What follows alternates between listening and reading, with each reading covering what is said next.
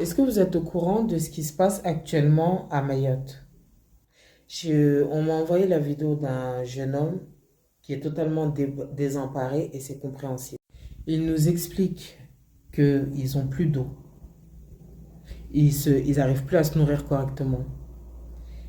Ils ont une bouteille d'1 litre, 1,5 litre pour deux. Il étudie, il n'y a pas d'eau à l'école, il n'y a pas d'eau dans les maisons. Ils n'arrivent pas à boire ni se laver. Mais c'est une folie quand même. Je tiens à rappeler quand même que Mayotte est censée faire partie de la France. Mais elle est laissée complètement à l'abandon, cette île. Comme la Guadeloupe, la Martinique et bien d'autres. Le titre de France, sans aucune aide de la France en fait. On les laisse se débrouiller. Et j'ai lu sur un média là que la situation allait s'aggraver. Les étudiants vont à l'école sans avoir mangé correctement, sans s'être hydratés correctement. Mais je comprends pas en fait, je comprends pas.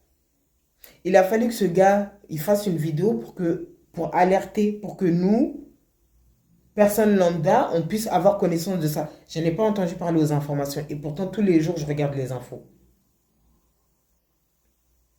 Il nous demande de partager en masse pour qu'il y ait un changement, pour que leurs cris et leur détresse soient pris en compte parce que c'est inadmissible qu'ils puissent vivre dans ces conditions-là. Là.